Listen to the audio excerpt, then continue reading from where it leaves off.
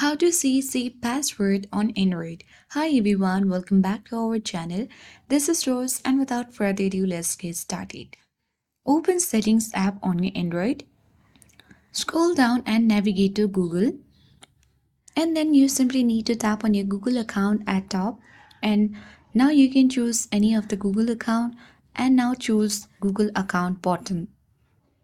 You will access this page of Google account where you can easily swipe and then find out the security tab.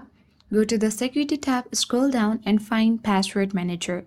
Currently you have 8 passwords saved in your Google account. Now tap on manage password to see all the saved password.